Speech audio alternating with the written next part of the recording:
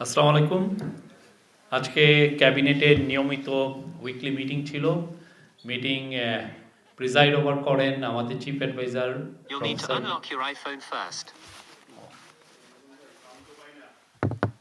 Press chief adviser professor Muhammad Yunus. তো আজকে অনেকগুলো এজেন্ডা ছিল। এজেন্ডা 11টা মোট এজেন্ডা। অনেক ইম্পর্টেন্ট অধ্যাদেশ এসছে, পাশ হয়েছে, যেটা বাংলাদেশের জন্য একটা যুগান্তকারী কিছু কিছু পদক্ষেপ নেওয়া হয়েছে। তো আমি সবগুলো এজেন্ডা ফার্স্টে পড়ছি। তো এর মধ্যে কয়েকটা এজেন্ডার উপরে এলাবোরেট করবেন আমাদের টিম মেম্বার, আমাদের অ্যাসিস্ট্যান্ট প্রেস সেক্রেটারি সুচিস্মিতা তিথি, আর শেরপুরের উপরে একটু আপনাদেরকে ব্রিফ করবেন আমাদের deputy press secretary Azad Majumdar. তো আমি এজেন্ডাগুলো পড়ছি। কর্মক্ষেত্র এজেন্ডা নাম্বার 1, কর্মক্ষেত্র শিক্ষা প্রতিষ্ঠানে যৌন হয়রানি প্রতিরোধ অধ্যাদেশ 2026-এর এটা আজকে খসড়া এবং চূড়ান্ত অনুমোদনের জন্য ছিল। এটা নীতিগত অনুমোদন হয়েছে। 2 নম্বর, পারিবারিক সহিংসতা প্রতিরোধ অধ্যাদেশ 2026-এর খসড়া নীতিগত অনুমোদিত হয়েছে। 3 নম্বর, জাতীয় ক্রীড়া পরিষদ অধ্যাদেশ 2026-এর খসড়া চূড়ান্ত অনুমোদিত হয়েছে। 4 নম্বর, বাংলাদেশ প্রাণী ও প্রাণীজাত পণ্য সঙ্গ নিরোধ অধ্যাদেশ 2026-এর খসড়া নীতিগত ও চূড়ান্ত অনুমোদন হয়েছে। 5 নম্বর, প্রতি বছর 23শে মার্চ এখন থেকে বিএনসিসি ডে হিসাবে ঘোষণার প্রস্তাব অনুমোদন হয়েছে। 6 নম্বর, convention against torture and other cruel, inhuman or degrading treatment or punishment within bracket CAT all cap শীর্ষক আন্তর্জাতিক কনভেনশনের 1974 একে বাংলাদেশ কর্তৃক প্রদত্ত ডিক্লারেশন প্রত্যাহারের প্রস্তাব অনুমোদিত হয়েছে। 7 নম্বর, বাংলাদেশের যে সমস্ত জায়গায় আমাদের এম্বাসি আছে এবং আমাদের মিশন আছে, তার থেকে কিছু আমাদের অফিসিয়ালকে নিয়ে গায়ানায় আমাদের একটি সাজদে অ্যাফেয়ার্স বা একটা ফার্স্ট সেক্রেটারি লেভেলের একটা মিশন ওপেনের ডিসিশন হয়েছে। আপনি জানেন গায়ানা হচ্ছে ক্যারিবিয়ান কান্ট্রি, ওইখানে আমাদের একটা নতুন মিশন ওপেন হবে। 7 নম্বর তো বললাম। 8 নম্বর, আমদানি নীতি আদেশ 2025 থেকে 2028-এর খসড়া অনুমোদন হয়েছে। 9 নম্বর, the Hague convention on the civil aspects of international child abduction 1980-এ বাংলাদেশ পক্ষভুক্ত হওয়ার প্রস্তাব অনুমোদন হয়েছে। আমি এটা আবার বলি, দ্য হেগ, আপনি জানেন দ্য হেগ হচ্ছে নেদারল্যান্ডসের রাজধানী। The Hague convention on the civil aspects of international child abduction 1980-এ বাংলাদেশ পক্ষভুক্ত হওয়ার প্রস্তাব অনুমোদন হয়েছে। 10 আর 11 একই, এটা হচ্ছে নারায়ণগঞ্জ উন্নয়ন কর্তৃপক্ষ অধ্যাদেশ 2026 এবং কুমিল্লা উন্নয়ন কর্তৃপক্ষ অধ্যাদেশ 2026-এর খসড়া নীতিগত চূড়ান্ত অনুমোদন হয়েছে। তো এই খুবই ইম্পর্টেন্ট এজেন্ডা। আমি এর মধ্যে প্রথম 2টা এজেন্ডার উপরে আমি আমাদের অ্যাসিস্ট্যান্ট প্রেস সেক্রেটারি সুচিস্মিতা তিথিকে বলার জন্য। যেমনটা প্রেস সচিব মহোদয় বলছিলেন যে আজকের উপদেষ্টা পরিষদে নারী ও শিশু মন্ত্রণালয়ের 2টি অধ্যাদেশ নীতিগত অনুমোদন পেয়েছে। এর মধ্যে একটি হচ্ছে কর্মক্ষেত্র ও শিক্ষা প্রতিষ্ঠানে যৌন হয়রানি প্রতিরোধ অধ্যাদেশ 2026 এর খসড়া। এই খসড়ায় 4টা অধ্যায় এবং 20টা ধারা রয়েছে। গুরুত্বপূর্ণ একটা দিক হচ্ছে এই খসড়াটায় যে শারীরিক, মৌখিক, মানসিক ইঙ্গিতপূর্ণ ও ডিজিটাল স্পেসের আচরণকে যৌন হয়রানি হিসেবে অন্তর্ভুক্ত করা হয়েছে। আপনারা জানেন, এটা আমরা আসলে সবাই মোটামুটি যারা আমাদের যে নারী সমাজ আছে, আপনাদের যারা মা আছে, বোনেরা আছে, বান্ধবীরা আছে, তারা সবাই আসলে মোটামুটি ভাবে ডিজিটাল স্পেসে আসলে ভয়াবহ রকমের সেক্সুয়াল হ্যারাসমেন্টের শিকার হচ্ছে প্রতিদিনই। তো এটাকে অ্যাড্রেস করে আসলে এই অধ্যাদেশে শারীরিক, মানসিক, মৌখিক, মানসিক ইঙ্গিতপূর্ণ, শারীরিক, মৌখিক ও ডিজিটাল স্পেসের আচরণকে যৌন হয়রানি হিসাবে অন্তর্ভুক্ত করা হয়েছে। আর নারী নেতৃত্বে গঠিত একটি কমিটি মৌখিকভাবে, লিখিতভাবে বা অনলাইনের মাধ্যমে অভিযোগ গ্রহণ করতে পারবে এবং অভিযোগ গ্রহণ করার 90 দিনের মধ্যে এই তদন্ত সম্পন্ন করতে হবে। অভিযোগকারীকে নিরাপত্তা ও মানসিক সহায়তা প্রদানের বিষয়টিকে বিবেচনা করা হয়েছে এবং শিশু ও প্রতিবন্ধীদের জন্য যেটা সেন্সিটিভ, ওইটা অনেক বেশি, সেজন্য তাদের জন্য আলাদাভাবে বিশেষ ব্যবস্থা এই অধ্যাদেশে আছে। তদন্তের সম্পূর্ণ গোপনীয়তা যাতে নিশ্চিত করা হয় সেটার প্রাধান্য দেওয়া হয়েছে। আর অপরাধের মাত্রা অনুযায়ী আসলে শাস্তির বিধান থাকছে। এই ক্ষেত্রে শাস্তির বিধানের মধ্যে যেগুলো রয়েছে, একটা হচ্ছে সতর্কীকরণ, বরখাস্ত বা চাকরিচ্যুত করা, বহিষ্কার করা বা ক্ষতিপূরণের বিধান এখানে আছে। আর অভিযোগ যদি মিথ্যা প্রমাণিত হয় সেক্ষেত্রেও এক ধরনের শাস্তির বিধান এই অধ্যাদেশের মধ্যে আছে।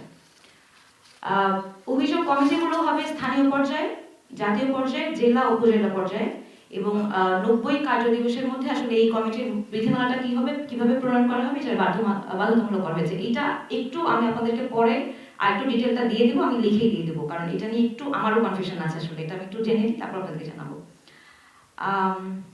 আরেকটা অধ্যাদেশ যেটা, সেটা নিয়ে বলি, পারিবারিক সহিংসতা প্রতিরোধ অধ্যাদেশ 2026, এটাও আজকে নীতিগত অনুমোদন পেয়েছে। এই খসড়ায় 7টি অধ্যায় 30টি ধারা রয়েছে। এর মধ্যে উল্লেখযোগ্য কয়েকটা বৈশিষ্ট্য হচ্ছে আশ্রয় কেন্দ্র, চিকিৎসা, মানসিক সহায়তা, আইনত এবং জরুরি নিরাপত্তা ব্যবস্থা গ্রহণের অধিকার নিশ্চিত করা হবে। এই বিষয়গুলো এর মধ্যে আছে এই অধ্যাদেশের মধ্যে। এবং নির্যাতনকারী ব্যক্তির সাথে যাতে যোগাযোগ বা ঘনিষ্ঠতা সীমিত করা যায় সেজন্য এই অধ্যাদেশে আদালতের অভিযোগের ভিত্তিতে অস্থায়ী সুরক্ষা আদেশ দিতে পারবে এবং তদন্ত শেষে স্থায়ী আদেশ জারি করা যাবে। নির্ধারিত ফর্মে অভিযোগ গ্রহণের পর 7 দিনের মধ্যে প্রাথমিক তদন্ত শুরু করতে হবে এবং 30 দিনের মধ্যে প্রতিবেদন জমা করতে হবে। এই অধ্যাদেশটা আজকে নীতিগতভাবে অনুমোদন পেয়েছে। আরেকটা যেটা, সেটা হচ্ছে জাতীয় ক্রীড়া পরিষদ সংশোধন অধ্যাদেশ 2026-এর নীতিগত অনুমোদন। আমি এটা বলছি, এটা শফিক ভাই বলছেন। জাতীয় ক্রীড়া পরিষদ সংশোধন অধ্যাদেশ, এটা খুবই মাইনর কিছু চেঞ্জ। এটা যেটা ছিল যে আগে আমরা যে স্থানীয় যে ক্রীড়া সংস্থাগুলো যেটা হতো সেটা জেলা পর্যায়ে এবং বিভাগীয় পর্যায়ে, এটার চেঞ্জের ফলে যেটা হবে যে এখন থেকে মহানগর ক্রীড়া সংস্থাগুলো তো করা যাবে, এটা এস্টাবলিশ করা যাবে এবং এটা আশা করা হচ্ছে যে মহানগরে যেগুলো সিটি কর্পোরেশন এলাকা আছে, ঢাকা বা চিটাং বা গাজীপুর, সিলেট, সেইগুলো, খুলনার এগুলো জায়গায় মহানগর ক্রীড়া সংস্থা স্থাপন করা যাবে এবং এগুলো স্থানীয় পর্যায়ে এরা খেলাধুলার ব্যাপারে উৎসাহ প্রদানের জন্য যে ধরনের কর্মসূচি নেওয়া যায় তারা সেগুলো নেবেন। আর তারপরে ছিল বাংলাদেশ প্রাণী ও প্রাণীজাত পণ্য সঙ্গ নিরোধ অধ্যাদেশ 2026-এর খসড়া নীতিগত চূড়ান্ত মতন হয়েছে। এটার আগে যেটা ছিল এই লটা একটু নামে একটু যেটা ছিল যে নামটা বিভ্রান্তিকর নাম এবং এটা খুবই শুনতে খারাপ শোনায়। এটা নাম ছিল পশু ও পশুজাত, শব্দটা প্রাণী ও প্রাণীজাতের জায়গায় পশু ও পশুজাত ছিল। তো এই জায়গাটা, এই নামটা একটু চেঞ্জ হয়ে হবে হচ্ছে প্রাণী ও প্রাণীজাত। এটা হলো পশু পশুজাত শব্দের স্থলে প্রাণী ও প্রাণীজাত শব্দ প্রতিস্থাপন করা হয়েছে। এছাড়া খসড়া অধ্যাদেশে বিদ্যমান আইনের ধারা 15-তে প্রদত্ত দায় মুক্তির বিধান বিলুপ্ত করা হয়েছে।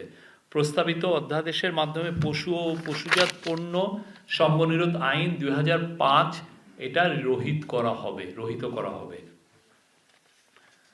আর 5 নম্বর ছিল প্রতি বছর 23শে মার্চ তারিখে বিএনসিসি, আপনি জানেন বিএনসিসি ডে হিসেবে ঘোষণার প্রস্তাব অনুমোদন হয়েছে। বিএনসিসি হচ্ছে বাংলাদেশ ন্যাশনাল ক্যাডেট কোর। এটা আপনি জানেন যে এরা ইন্টারমিডিয়েট পর্যায়ে অনেকে বিএনসিসিতে মেম্বার বা স্কুলেও হন। তো এই বিএনসিসিটা প্রতিষ্ঠিত হয়েছিল যেই অর্ডারের মাধ্যমে, সেটা 23শে মার্চ 1979-তে এটা এনাক্টেড হয়েছিল এবং ওই দিনটাকেই সামনে রেখে এই ডেটা পালন করা হবে।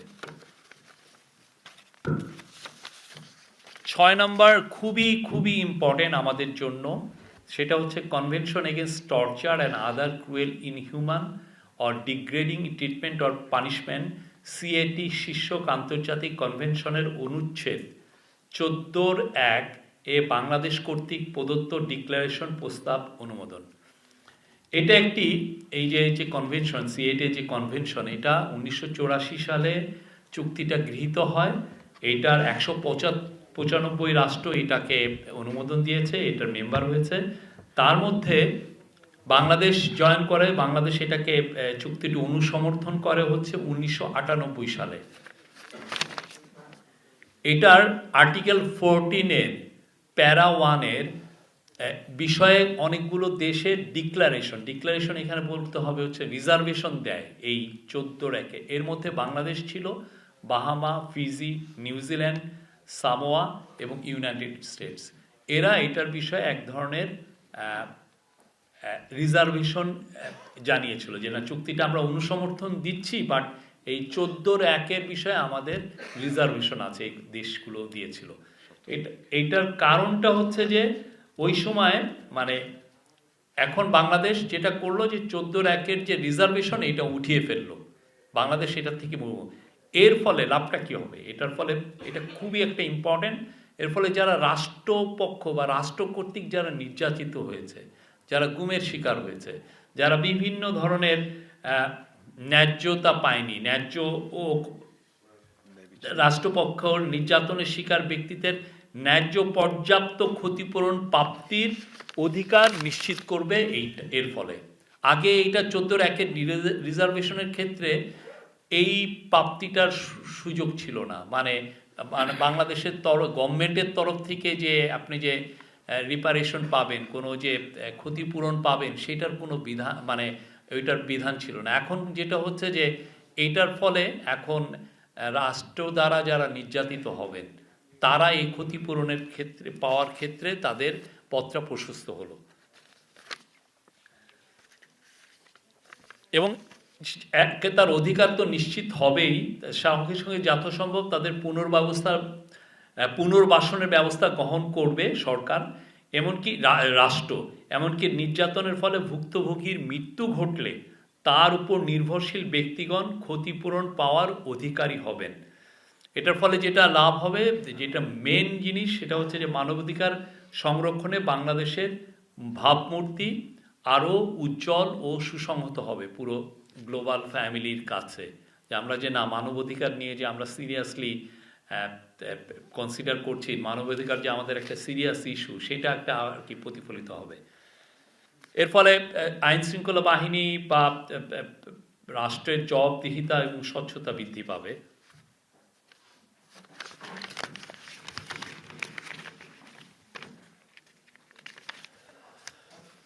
আর এই বিষয়ে একটু বলি, বাংলাদেশে যেগুলো মানবাধিকার যেগুলো সংস্থা ছিলেন যারা এবং মানবাধিকার কর্মীরা ছিলেন, এরা কিন্তু প্রায় 2 দশক ধরে এটাকে এই রিজার্ভেশনটাকে যে রিমুভ করার জন্য আন্দোলন করছিলেন। তারা বারবার বলেছেন, এই প্রথম এই গভর্নমেন্ট এই কাজটা করলো।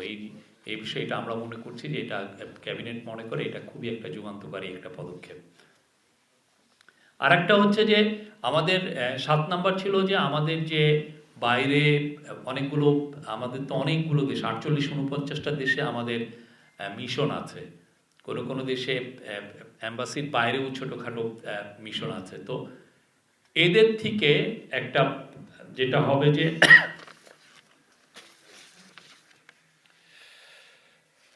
পররাষ্ট্র মন্ত্রণালয়ের বিভিন্ন অনুমোদিত জনবলের একটা অংশকে, যারা বাইরে পোস্টেড আছে, তাদেরকে গায়ানার রাজধানী জর্জ টাউনে নেওয়ার একটা পরিকল্পনা। 1-2 জন এখানে, যেটা হবে যে ওইখানে একটা মিশন খুব দ্রুত একটা অফিস করে সেইখানে নেওয়া হবে, যে ওইখানে একটা ফার্স্ট সেক্রেটারি বা কাউন্সিলের নেতৃত্বে এই মিশনটা চালানো হবে। তারা সার্চ অ্যাফেয়ারের ভূমিকায় থাকবেন। গায়ানা হচ্ছে ওয়ার্ল্ডে এখন যে কয়টা দেশ খুব দ্রুত যাদের ইকোনমিক সমৃদ্ধি হচ্ছে, গায়ানা হচ্ছে ওয়ান অফ দেম। তারা প্রচুর তেল এবং গ্যাসের অনুসন্ধান পেয়েছে, এবং এটার ফলে যেটা হচ্ছে গত বছর তাদের ইকোনমির গ্রোথ ছিল, জিডিপি গ্রোথ ছিল 50%। তো এটা করার মূল কারণটা হচ্ছে যে যাতে আমাদের শ্রমিকরা, আমাদের যারা স্কিল লেবার বা শ্রমিকরা ওইখানে যে ওইখানে প্রচুর জব তৈরি হচ্ছে এবং জব মার্কেটটা যাতে আমরা খুব দ্রুত ওইখানে আমরা ধরতে পারি, এটা হচ্ছে মেনু। ওইখানে চিকিৎসকের খুব ডিমান্ড আছে, অন্যান্য স্কিল লেবারের ডিমান্ড আছে, এবং ওদের প্রচুর কৃষি জমি আছে যেখানে ধান এবং সুগার কেন হয়, মানে আখ হয়। তো ওই সুগার আমরা ওইখানে কৃষি জমি লিজও নেওয়া যায়, যেমন বাংলাদেশের জন্য এটা একটা বড় একটা অপরচুনিটি। তো এই বিষয়ে আজকে এই ডিসিশন হয়েছে।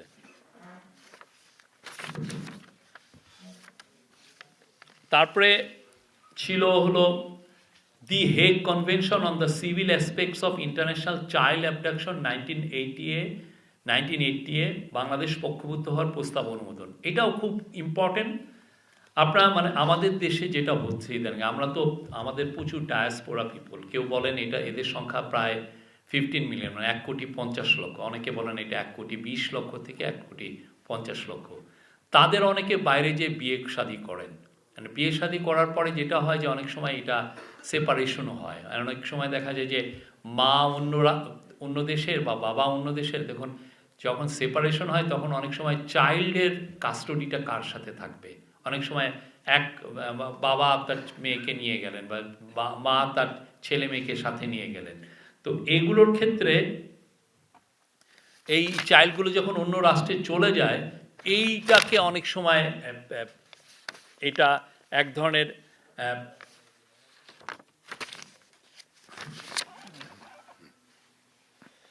এক ধরনের মানে অ্যাবডাকশনের মতো হয়ে যায়। তো এইটায় অনুসমর্থন দেওয়ার ফলে যেটা হয়েছে যে এই বিষয়গুলো খুব দ্রুত রিজলভ করা যাবে, এবং এই বিষয়ে মানে যেমন ধরেন আমি আমাদের কোনো ডায়াসপোরা ভাইয়ের তার ওয়াইফের কাছে ছেলে মেয়ে আছে, তাকে অন্তত এক্সেস দেওয়া আর কি, যে না আমি সে যে তার ছেলে মেয়ের কাছে ভিজিট করতে পারা, এই সমস্ত বিষয়, যে এই বিষয়গুলো এখন থেকে খুব স্মুথলি ডিল করা যাবে। বা বাংলাদেশে এসে কেউ যদি বাংলাদেশে নিয়ে আসেন বাইরে থেকে, তখন তার যারা আর একটা প্যারেন্ট সে যাতে এখানে ভিজিট করতে পারে, এই পুরো বিষয়গুলো এই হেগের এই কনভেনশনে আমরা এই পক্ষভুক্ত হওয়ার কারণে এই বিষয়গুলো এখন থেকে খুব ভালোভাবে স্মুথলি এটাকে অ্যাড্রেস করা যাবে আর কি।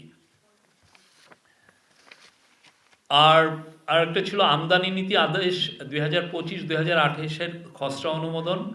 এগেন এটা খুবই ইম্পর্টেন্ট একটা বিষয়। আপনারা জানেন যে অনেকটা আমরা কতটা রপ্তানিতে বেটার করব সেটা অনেকটা নির্ভর করে হচ্ছে আপনি আমদানিতে আপনার কতটা বেটার আপনি পলিসি করছেন। আপনার রপ্তানিকে এনকারেজ করার জন্য অনেক সময় আমদানি নীতিটাকে আপনাকে এমনভাবে করতে হয় যাতে রপ্তানিযোগ্য পণ্য এদেশে এসে সেটাকে আবার প্রসেস করে আমরা বাইরে পাঠাতে পারি। তো সেটার জন্য আজকে এটা ক্যাবিনেটে যথেষ্ট এটা নিয়ে ডিসকাশন হয়েছে, এবং এই ডিসকাশন হওয়ার পরে এটা অ্যাপ্রুভ হয়েছে। এটার ফলে যেটা হবে যে ট্রেড ফ্যাসিলিটেশন হবে, শুল্কায়ন, শুল্ক কর ইলেকট্রনিক্স পদ্ধতিতে আদায়টা বাড়বে।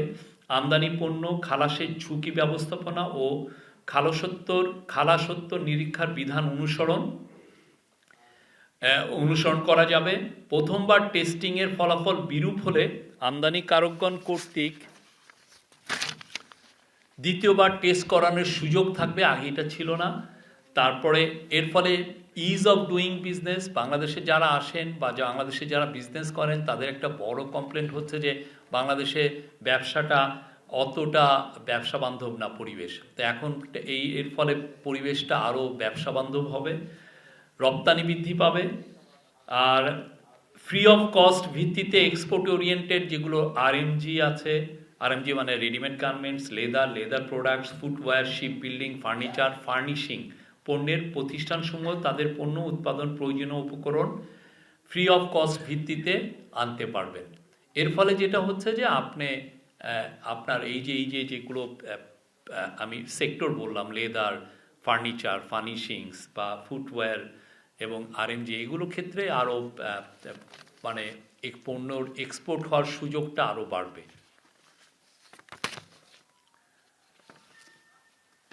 এর ফলে এনটিবি আপনি জানেন NTB is non tariff barrier, অনেক ধরনের নন ট্যারিফ ব্যারিয়ার আছে। এইটা অনেকগুলো নন ট্যারিফ ব্যারিয়ার দূর করবে এবং দূর করার স্বার্থে ঝুঁকি ব্যবস্থাপনার নীতি অনুসরণপূর্বক দৈব চয়নের ভিত্তিতে আমদানিকৃত পণ্যের অনূর্ধ্ব 5% পরীক্ষার উইদিন ব্র্যাকেট তেজস্ক্রিয়তা এবং নিষিদ্ধ অ্যান্টিবায়োটিক বিধান রাখা হয়েছে। এই বিষয়ে আপনি কয়েকদিন আগে বেশ দু একদিন আগে আপনি দেখেছেন যে আমাদের বিডার এক্সিকিউটিভ চেয়ারম্যান বলেছিলেন যে ফ্রি ট্রেড জোন আমরা করতে যাচ্ছি। এখন এই ফ্রি ট্রেড জোনের বিষয়টাও এখানে ইনক্লুড করা হয়েছে, এটা আজকে অনুমোদিত হয়েছে।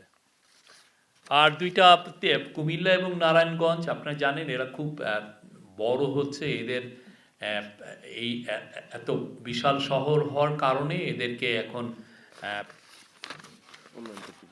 উন্নয়ন কর্তৃপক্ষ হিসাবে এদের দুটো অধ্যাদেশ আজকে অনুমোদন হলো। এর ফলে যেটা হবে যে বাংলাদেশ ঢাকার যেমন রাজুক আছে আপনার রাজধানী উন্নয়ন কর্তৃপক্ষ, ওই অনুযায়ী ওইটার যে নিয়ম যেভাবে একটা বড় শহরের উন্নয়ন কর্তৃপক্ষের যে কাজগুলো সেই কাজগুলো ওরা করতে পারবে।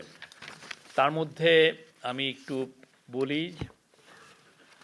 এটার ফলে আপনি এই শহরগুলোর মহাপরিকল্পনা নেওয়া যাবে, এই শহরগুলো কিভাবে বড় হবে। আপনি জানেন কুমিল্লা এবং নারায়ণগঞ্জ খুব বড় শহর হচ্ছে, প্রতি বছর আশেপাশের থেকে লোক এসে সেখানে নতুন নতুন বসতি কাটছেন। ভূমি ক্রয় বা লিজ গ্রহণের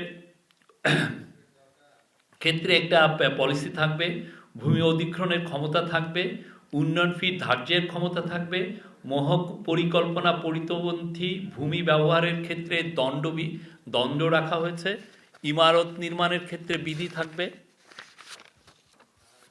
জলাধার খনন, নিচু ভূমি ভরাট, প্রাকৃতিক জলাশয়ের পানি প্রবাহ বাধাগ্রস্ত করার ক্ষেত্রে আপনার দণ্ডের বিষয় থাকবে, খেলার মাঠ উদ্যান এগুলো আরও ডেভেলপ করা যাবে, প্রাকৃতিক জলাধারের শ্রেণী পরিবর্তন ইত্যাদি বিষয় বিধিনিষেধ আরোপের বিধান যুক্ত করা হয়েছে। মানে এই যে খেলার মাঠ উদ্যান বা জলাধার এগুলো আপনি শ্রেণী পরিবর্তন করে এটার যাতে শ্রেণী পরিবর্তন না করা যায় সেই ক্ষেত্রেও নিষেধ আরোপ করা যাবে। এর ফলে যেটা হবে যে আপনি এই শহরগুলো আরও পরিকল্পিতভাবে গড়ে উঠবে, যেটা বাংলাদেশের জন্য খুবই প্রয়োজন। এই ছিল আজকের ক্যাবিনেটের পুরো বিষয়। আর এই শেরপুরে আপনি জানেন কালকে খুবই অনাকাঙ্ক্ষিত একটা ঘটনা ঘটেছে, এই বিষয়ে আমাদের deputy press secretary Azad Majumdar বলবেন। না উনি বলুক, আমাদেরটা পরে প্রশ্ন নিব। আপনারা দেখেছেন যে এর মধ্যে আমরা একটা বিবৃতি আপনাদের সাথে শেয়ার করেছি, যেখানে আমরা ঘটনার নিন্দা জানিয়েছি এবং পুলিশ প্রশাসনকে যে নির্দেশ দেওয়া হয়েছে যে তাৎক্ষণিকভাবে ব্যবস্থা গ্রহণ করার জন্য ঘটনা তদন্ত করে যারা এই ঘটনায় দায়ী তাদেরকে চিহ্নিত করে যত দ্রুত সম্ভব তাদেরকে গ্রেপ্তার করা যায় সে বিষয়ে তাৎক্ষণিকভাবে পুলিশকে নির্দেশ দেওয়া হয়েছে এবং পুলিশ কাজ শুরু করেছে। এখন পর্যন্ত কাউকে গ্রেপ্তার করা যায়নি এবং যিনি ঘটনার শিকার ওনার মরদেহ আজকে বিকেলে শেরপুর পৌঁছালে জানাজা শেষে রাত 8টা নাগাদ পুলিশ জানিয়েছে যে ওনার দাফন সম্পন্ন হবে এবং দাফন সম্পন্ন হলে পুলিশের পক্ষ থেকে ওনার পরিবারের সাথে কথা বলা হবে তারা মামলা করতে ইচ্ছুক কিনা। যদি তারা মামলা করতে ইচ্ছুক করা হয় এবং তারা এই ঘটনায় কাউকে দায়ী করে তাহলে তাদের দাখিলকৃত এজাহার অনুযায়ী আপনার মামলা রুজু করা হবে এবং যদি তারা অন্যভাবে ইচ্ছা রক্ষা করে তাহলে পুলিশ নিজ দায়িত্বে মামলা করবে এবং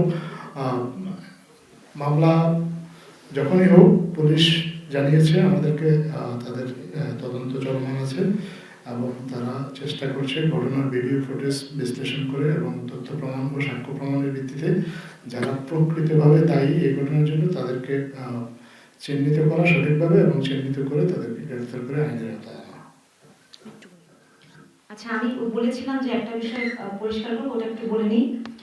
অধ্যাদেশের একটি গুরুত্বপূর্ণ দিক হলো অভ্যন্তরীণ অভিযোগ কমিটি গঠন বাধ্যতামূলক করা। সকল প্রযোজ্য কর্মক্ষেত্র ও শিক্ষা প্রতিষ্ঠানকে নির্ধারিত সময়ের মধ্যে এই কমিটি গঠন করতে হবে। কমিটি অভিযোগ গ্রহণ, তদন্তকালীন সুরক্ষা নিশ্চিতকরণ এবং উপযুক্ত শাস্তির সুপারিশ করতে পারবে। শাস্তির মধ্যে রয়েছে তিরস্কার থেকে শুরু করে পদানুমতি, চাকরিচ্যুতি বা শিক্ষা প্রতিষ্ঠান থেকে বহিষ্কার পর্যন্ত। অভিযোগকারীরা নিরাপত্তা, গোপনীয়তা ও মর্যাদা রক্ষায় অধ্যাদেশটি সার্ভাইভার কেন্দ্রিক পদ্ধতি গ্রহণ করেছে। অভিযোগের কারণে কোনো ধরনের প্রতিশোধমূলক আচরণ কঠোরভাবে নিষিদ্ধ করা হয়েছে এবং এর বিরুদ্ধে ব্যবস্থা গ্রহণের বিধান রাখা হয়েছে। একই সঙ্গে মিথ্যা অভিযোগের ক্ষেত্রে সুবিচার নিশ্চিত করতে সুনির্দিষ্ট সুরক্ষা ব্যবস্থাও অন্তর্ভুক্ত করা হয়েছে, যাতে প্রকৃত ভুক্তভোগীরা নিরুৎসাহিত না হন। অসংগঠিত খাত যেখানে অভ্যন্তরীণ কমিটি গঠন করা সম্ভব নয়, সেখানে স্থানীয় অভিযোগ কমিটি গঠনের বিধান রাখা হয়েছে। জেলা প্রশাসক ও উপজেলা নির্বাহী কর্মকর্তাদের মাধ্যমে এই কমিটি গঠিত হবে, যাতে সকল নাগরিক অভিযোগ জানানোর কার্যকর সুযোগ পান। অধ্যাদেশ বাস্তবায়ন ও তদারকির জন্য জাতীয়, জেলা ও উপজেলা পর্যায়ে মনিটরিং কমিটি গঠনের নির্দেশনা দেওয়া হয়েছে। পাশাপাশি ভুক্তভোগীদের আর্থিক সহায়তা, পুনর্বাসন, কাউন্সেলিং, আইনি সহায়তা ও সচেতনতা কার্যক্রমের জন্য একটি বিশেষ তহবিল গঠনের সিদ্ধান্ত নেওয়া হয়েছে। সরকার বিশ্বাস করে এই অধ্যাদেশ কর্মক্ষেত্র ও শিক্ষা প্রতিষ্ঠানে নিরাপত্তা, ন্যায় বিচার ও জবাবদিহিতা নিশ্চিত করতে একটি শক্তিশালী আইনি ভিত্তি প্রদান করবে এবং একটি সম্মানজনক, অন্তর্ভুক্তিমূলক ও মানবিক সমাজ গঠনে গুরুত্বপূর্ণ ভূমিকা রাখবে। থ্যাঙ্কস। আমি এটা আপনাদের সাথে শেয়ার করে দেব। প্রথমটা এখানে লেখা আছে 90 দিন। 90 দিন। হ্যাঁ, হ্যাঁ, কমিটি করতে হবে 15 দিন, নিষ্পন্ন করতে হবে 90 দিন। আমি শেয়ার করে দেব আপনাদের সাথে। আমি শেয়ার এগুলো এলাবোরেট আপনাকে elaborate মিনিস্ট্রিতে লাগবে। দেখতে হবে, নারী ও শিশু এটা মন্ত্রণালয়। এখনো চূড়ান্ত অনুমোদন হয়নি, নীতিগত অনুমোদন হয়েছে। আচ্ছা, অন্য কেউ কোশ্চেন? জি,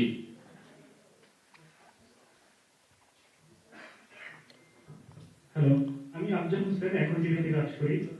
ভাই, শেরপুরের ঘটনায় এত সময় পরে এখন পর্যন্ত কেউ গ্রেফতার হয়নি। আগামীতে নির্বাচনে এরকম ঘটনা আরো ঘটতে পারে। যদি এ ব্যাপারে শক্ত পদক্ষেপ না নেওয়া হয়, ভবিষ্যতে এ ধরনের ঘটনা আরো ঘটতে পারে কিনা? না, অবশ্যই শক্ত পদক্ষেপ তো নেওয়া হচ্ছেই। শক্ত পদক্ষেপ নেওয়া হচ্ছে বলেই তো আপনার ঘটনার ভিডিও ফুটেজ সহ তথ্য উপস্থিত যারা আছে, সাক্ষ্য প্রমাণের ভিত্তিতে যারা প্রকৃত অর্থে দায়ী। কারণ আপনি জানেন যে কালকে যে যখন ঘটনাটা ঘটেছে সেখানে অনেক মানুষ ছিল। তো ঢালাও একটা গ্রেপ্তার অভিযান না করে যারা ঘটনার জন্য প্রকৃতভাবে দায়ী তাদেরকে সুনির্দিষ্টভাবে চিহ্নিত করে তাদেরকেই যাতে গ্রেপ্তার করা যায় সেই জন্য পুলিশ খুব নিবিড়ভাবে এই ঘটনাটা তদন্ত করছে এবং পরিবারের সাথেও যোগাযোগ রাখছে ভিকটিমের, যাতে করে নিরাপরাধ কেউ গ্রেপ্তার না হয় বা অযথা হয়রানির শিকার না হয়, কিন্তু প্রকৃত অপরাধীরা যাতে কোনোভাবে ছাড় না পায়। এর জন্য কেমন সময় লাগতে পারে? সেটা তো একেবারে সুনির্দিষ্টভাবে বলা সম্ভব না। হ্যাঁ, ছোট একটা জানার বিষয় যে পশু থেকে প্রাণী যেটা সংসদে আসছে, এখানে বলেছেন যে একটা দায়মুক্তির বিধান আছে। এই বিষয়টা কি আসলে দায়মুক্তি? এইটা আপনাকে মন্ত্রণালয় বলতে পারবে। আমি তো জাস্ট যেটা ডিসকাস হয়েছে সেটা বলেছি। বাট এটার মূল চেঞ্জটা হচ্ছে যে পশু থেকে এটা প্রাণী, এটাই মেন। ওখানে বলা আছে যে মানে দায়মুক্তির একটা বিধান আছে, মানে ওইটা ওই ইয়ে রিলেটেড, ওই ল রিলেটেড। আপনি আগের আইনটায় ঢুকলে, ওয়েবসাইটে আছে আইনটা, সেখানে ঢুকলে কোন জায়গায় দায় মুক্তি আছে সেটা পাবেন, সেটাকে বাতিল করা হয়েছে। আর এনি আদার কোশ্চেন? উজ্জ্বল, ইলেকশন কবে হবে জিজ্ঞেস করেন। এই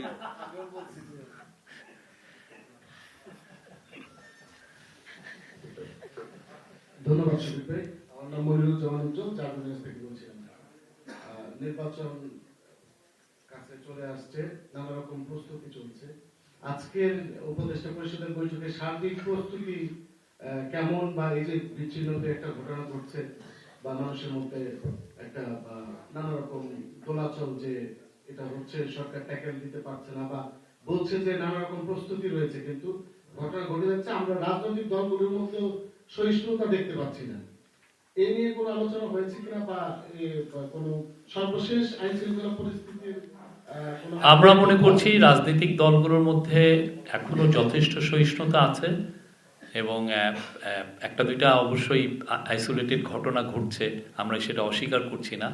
বাট আপনি দেখেন ইলেকশন ক্যাম্পেইন শুরু হয়েছে 22শে জানুয়ারি, আজকে 29, হ্যাঁ 8 দিনের মতো। তো এইখানে তো আপনারা দেখছেন যে যেই ঘটনা ঘটছে, সোফার আমাদের পুলিশের হিসাবে মারা গিয়েছেন 4 জন। এই ইলেকশন শিডিউল ঘোষণার পরে মারা গিয়েছেন মোট 4 জন। আপনি যদি এটা কম্পেয়ার করেন আগের ইলেকশনগুলোর সাথে, তাহলে দেখবেন যে আমরা বলবো যে সিচুয়েশন, অবশ্য ইলেকশনের এখনও প্রায় 2 সপ্তাহ বাকি আছে, এখনও বলার মতো কিছু হয়নি। বাট আপনি 2014 সালের 5ই জানুয়ারি যে ইলেকশন হলো, তার আগের আপনি যদি ইলেকশনের সহিংসতা দেখেন, ওই ইলেকশনে 115 জন মারা গিয়েছিল। সে অনুযায়ী আমরা মনে করি যে রাজনৈতিক দলগুলো যথেষ্ট সহিষ্ণু আচরণ করছেন, তারা ভালো ক্যাম্পেইন করছেন, এবং সত্যিকার অর্থে আপনি দেখবেন যে তারা অনেক আইনগুলোও মেনে চলছেন। যে ইলেকশনে যেগুলো আপনি খুব কম পোস্টার দেখবেন, পোস্টার কিন্তু আমরা অত দেখছি না, আচরণবিধি আচরণবিধি খুব ভালোভাবে তারা মানছেন। আমরা আশা করছি আগামী দিনগুলো অনেকটা বেটার যাবে, আর গ্র্যাজুয়ালি সিকিউরিটি ফোর্সেস শুধু ডিপ্লয়মেন্ট শুরু হবে, তো সেক্ষেত্রে সিচুয়েশন আরও বেটার হবে ইনশাল্লাহ। Thank you.